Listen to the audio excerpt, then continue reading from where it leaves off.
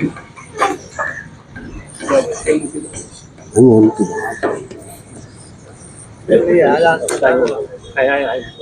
હે ને પડે નહીં પડે નહીં નીચે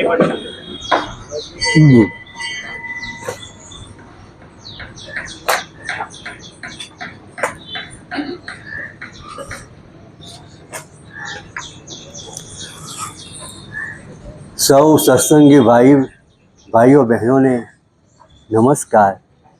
દરરોજ આપણે નિયમિત રીતે નિશ્ચિત સ્થળે પરમાત્માની વાતો સાંભળવા માટે એક સ્થળે ભેગા થઈએ છીએ ને, એ ખરેખર ખૂબ જ આનંદની વાત છે. બધા ભેગા થઈને મળીએ, નક્કી કરેલો ટાઈમ છે, નક્કી કરેલું સ્થળ છે. એટલે આમાંથી ફાયદો શું થાય છે કે આપણું જે જીવનનો આધ્યાત્મિક વિકાસ આપણો થાય છે. મન, બુદ્ધિ, ચિત્ત, અહંકાર એ ધીમે ધીમે હળવે હળવે પવિત્ર પોતે બનતા જાય છે, જેની આપણને ખબર પડતી નથી કે ભગવાનનું નામ જ એટલું બધું પવિત્ર છે ને કે માણસે લે તો ધીમે ધીમે એના જીવનની અંદર આ પ્રમાણે પરિવર્તન આવે છે. અને અગત્યની એક વાત તમને કહી દઉં, અત્યારે જે છે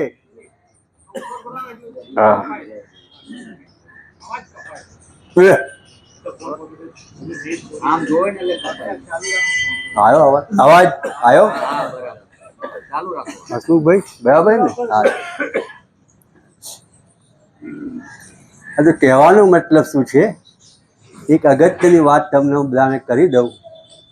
કદાચ એવું બને કે હું પણ ના આવી શકું ને, તો આ પુસ્તક શા માટે ગીતાનું મૂક્યું છે અહીંયા આગળ, કે જે કોઈ ભાઈ બહેનોને વાંચવાની ઈચ્છા હોય તો એ આપણો ટાઈમ જે છે ને એ ટાઈમ એમાંથી પૂરો કરી શકે.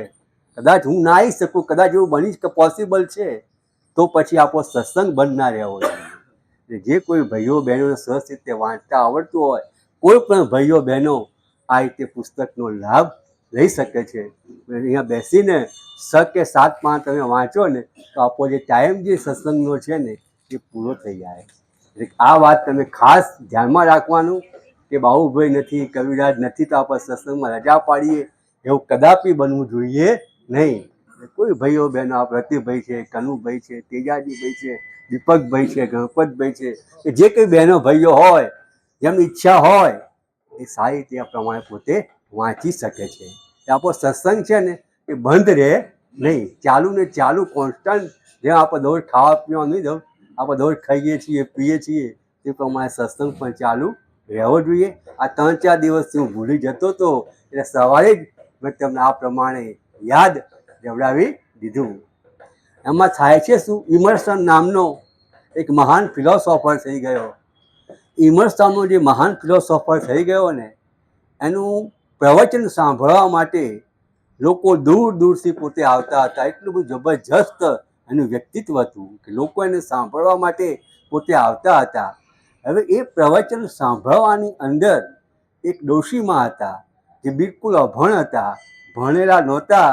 એ લાકડીના ટેકે ટેકે પણ ઇમર્સનનું પ્રવચન સાંભળવા માટે આવતા હતા. એટલે પછી ત્યાં જે એજ્યુકેટેડ ક્લાસ હતો, જે વકીલ, ડૉક્ટરો, એન્જિનિયરો, એ બધાએ ડોશીમાં કે દરરોજ કે આ રીતે સાંભળવા માટે આવે છે અને જાય છે. આ તો કે અભણ છે, એમને શું ખબર પડતી હશે.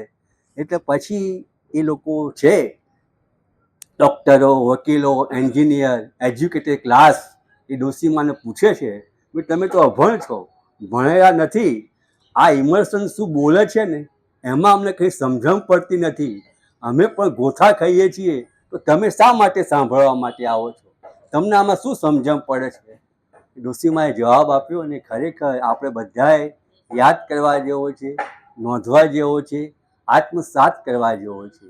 ડોશીમા કે ભલે મને સમજણ ના પડતી હોય, પણ એક વાત મારા મગજમાં ફિક્સ થઈ ગઈ છે કે ઇમર્સન જે કંઈ બોલે છે ને એ ભગવાન વિશે બોલે છે. આટલી મને ખબર છે કે પરમાત્માની પોતે વાતો કરે છે. એ એવું કહેવા માગે છે કે જેણે આ સૃષ્ટિ બનાવીને એ મારી અંદર વસેલો છે, એ મારા હૃદયમાં પોતે રહેલો છે. હૃદયમાં રહેલો હોય તો મારાથી બીજા કાર્યો, ખોટા કાર્યો કે પોતે થઈ શકે નહીં. એટલે કે આ જે પરમાત્મા છે એ મારાથી દૂર પણ નથી, મારાથી પારકો પણ નથી, એ મારી અંદર રહેલો છે, સતત મારું જીવન ચલાવે છે, મને સવારે ઉઠાડે છે, મારું ખાધેલું પચાવે છે, લોહી લાલ બનાવે છે, રાતે સુવાડે છે. આટલા 5-6 સેન્ટન્સની મને પાકી ખબર પડી ગઈ છે. એટલે સમજણ પડે કે ના પડે, પણ આ બધું કહેવા માગે છે. એ શોર્ટમાં જે એની વાતો કહેવાની હોય છે કે પરમ કૃપાળુ પરમાત્માનું આ પ્રમાણે ભજન કીર્તન અને તેને યાદ કરવા જોઈએ, જેથી આપણા જીવનનો વિકાસ થાય. આટલી મને ખબર પડે છે. એટલા માટે કે હું દરરોજ કે આ પ્રમાણે પોતે આવું છું, ભલે મને સમજણ પડે કે ના પડે, કારણ કે આ ભગવાનની વાતો છે. સમજણ પડે કે ના પડે, ઊંઘ આવે કે ના આવે, પણ સાંભળવી જોઈએ. તો આપણા અંદર જે પડેલું હોય એનો આ પ્રમાણે વિકાસ પોતે થાય છે. જગતની અંદર ઘણા બધા મહાન પુરુષો થઈ ગયા. મહાન પુરુષો, સંતો, આચાર્યો, મહંતો એ શા માટે થઈ ગયા? કે આપણને ચેતવવા માટે આવે છે કે આપણા મન જતીભાઈએ ગાયું કે કાળ જાણી શકે, કાલ શું થવાનું છે એ આપણને ખબર નથી. તો આપણે ભગવાનને આ પ્રમાણે આપણને આટલી બધી ભગવાને સૃષ્ટિ બનાવી, એની અંદર ફક્ત મનુષ્યને મન અને બુદ્ધિ સ્વતંત્ર આપ્યા છે. માણસ પોતાની જાતે પોતાનો આધ્યાત્મિક વિકાસ પોતે કરી શકતો હોય છે. જીવનને ઉધ્વ ગતિએ લઈ જવું કે અધોગતિએ લઈ જવું ને એ માણસના હાથની પોતે વાત છે.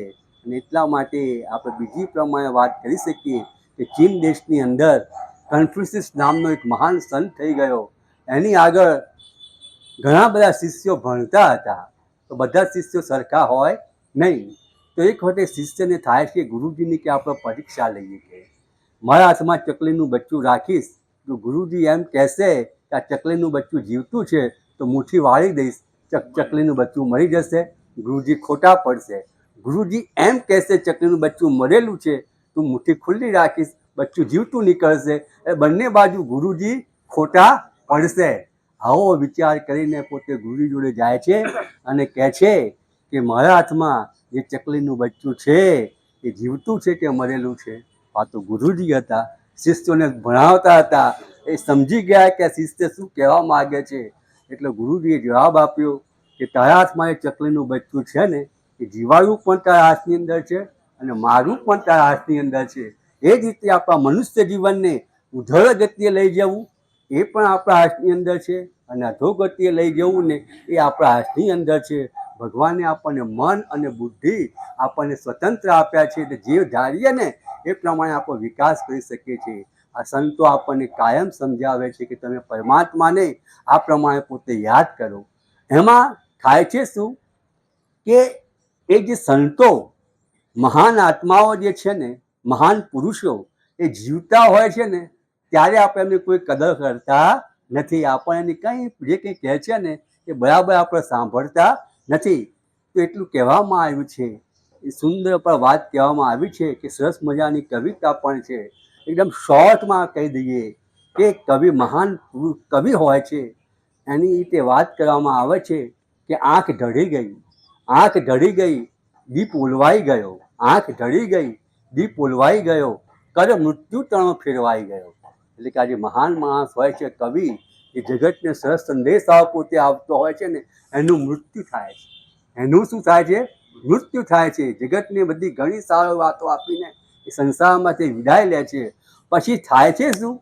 વીત્યા વર્ષો ઘણા, વીત્યા વર્ષો ઘણા, જન જાગ્યા હવે સૌ, વીત્યા વર્ષો ઘણા, જન જાગ્યા હવે સૌ, અજ્ઞાન ગયું અને જ્ઞાનદીપ જલ્યો, અજ્ઞાન ગયું અને જ્ઞાનદીપ જલ્યો, વાંચી કવિ જીવનના સઘળા કાવ્યો, વાંચી કવિ જીવનના સઘળા કાવ્યો, દિલ સર્વના ભાવ વિભોર બન્યા.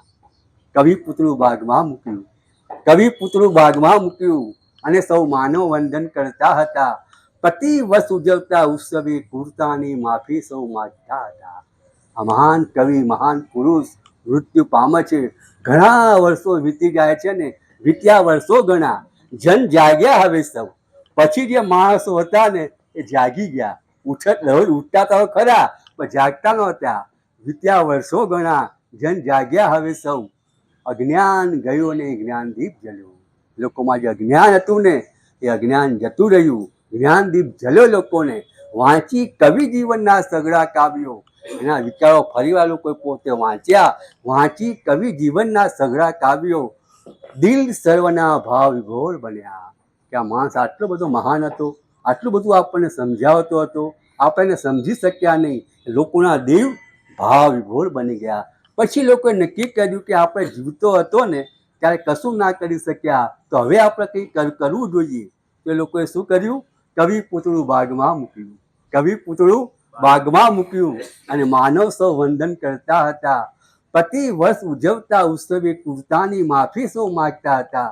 એમનું પૂતળું મૂક્યું અને દર વર્ષે પોતે કહેતા હતા કે અમે તને જાણી ના શક્યા, અમે ફક્ત બાવલું મૂકીને તમને યાદ કરી શકીએ છીએ.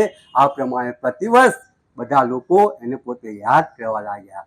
એ સંતો મહાત્માઓ જે હોય છે ને એ જીવતા હોય ને ત્યારે આપણે બહુ ધ્યાન આપતા નથી. એટલે કયા પ્રકારની પોતે વાતો કરે છે એ આપણને ખબર પડે તો આપણું જીવન પરિવર્તન પણ થાય છે. જેવી રીતે બધા માણસો જાગી ગયા, જન જાગ્યા હવે સૌ, સરસ વાક્ય લખ્યું છે, જન જાગ્યા હવે સૌ, અજ્ઞાન ગયું ને જ્ઞાનદીપ જલ્યો. અજ્ઞાન જતું, જ્ઞાનનો દીપક આ પ્રમાણે જલી ગયો. હવે એક વાતનો વિચાર કરીએ. આપણી ભારતીય સંસ્કૃતિ છે એ સહિષ્ણુ છે અને સર્વગ્રાહી છે. સર્વગ્રાહી અને સહિષ્ણુ છે. ટૂંકમાં આપણે વાત કરીએ, કોઈ પણ માણસ હોય, તમે જગતમાં ભગવાન છે એવું દૃઢપૂર્વક માનતા હોય ને તો તમારી જિંદગીમાં કયા પ્રકારનું પરિવર્તન આવે છે? ખુદ ભગવાન આવીને તમને કહે કે જગતમાં ભગવાન નથી, ખુદ ભગવાન આવીને તમને કહે કે આ જગતમાં ભગવાન નથી, તો પણ તમે એમ કહો કે ના જગતમાં ભગવાન તો છે જ. તો આ દરેક ધારણા પોતે હોય. જો તમે એવું માનતા હોય કે જગતમાં ભગવાન છે જ, તેમાં કેટલા ફાયદા થાય છે? તમારું નૈતિક જીવન વિશુદ્ધ બને છે. તમારું જે પર્સનલ લાઈફ હોય છે, નૈતિક જીવન હોય છે, એ કેવું બને છે? વિશુદ્ધ બને છે.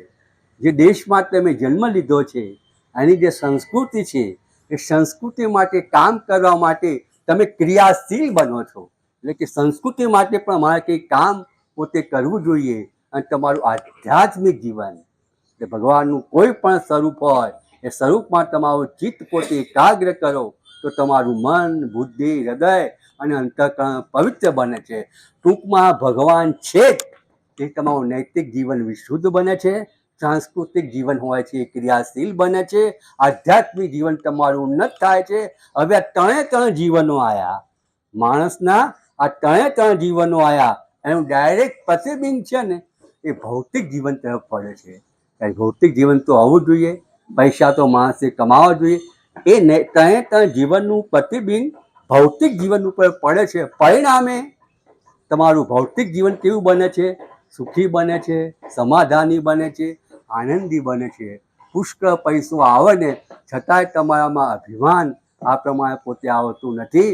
ભગવાન છે એ માનવાથી આ 3 પ્રકારનું જીવન, 4 પ્રકારના જીવન આપણે સરસ રીતે સમજી શકીએ છીએ કે આપણું નૈતિક જીવન, આપણું સાંસ્કૃતિક જીવન, આપણું આધ્યાત્મિક જીવન અને આપણું ભૌતિક જીવન, આ 4 જીવનનું આપણું કેવું થઈ જાય છે? કલ્યાણ પોતે થઈ જાય. એકદમ સિમ્પલ રીતે સમજવું હોય તો ભગવાનને માનવા જોઈએ, ભગવાનનું કીર્તન આ પ્રમાણે પોતે કરવું જોઈએ. સામાન્ય માણસ હોય ભગવાનના મંદિરમાં જાય તેને શું થાય છે? ભગવાનની મૂર્તિ કેવી છે? મનોહારી છે, સુંદર છે. બહુ સરસ મજાની મૂર્તિઓ ભગવાનની હોય છે. ભગવાનની સુંદર મનોહારી મૂર્તિના માણસ પોતે દર્શન કરે છે તો માણસને શું થાય છે? ઉષ્મા અને આશ્વાસન પ્રાપ્ત થાય છે.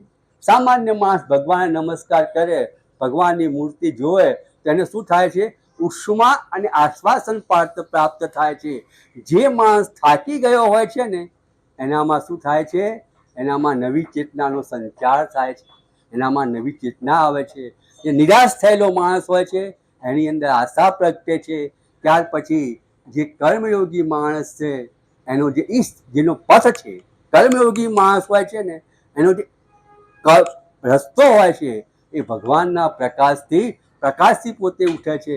જે સાધક માણસ હોય છે અને માનસિક અવલંબ માટેનો આધાર મળી લે છે, જે ઉચ્ચ કક્ષાએ પહોંચી ગયો સિદ્ધ મનુષ્ય હોય છે ને એ પૂર્ણતાની પરિતોષનો અનુભવ થાય છે. એટલે ભગવાનની મૂર્તિના દર્શન કરવાથી આ 4 પ્રકારના માણસોને પણ આ પ્રમાણે લાભ થાય છે. સામાન્ય માણસને ઉષ્માનું આશ્વાસન પ્રાપ્ત થાય છે.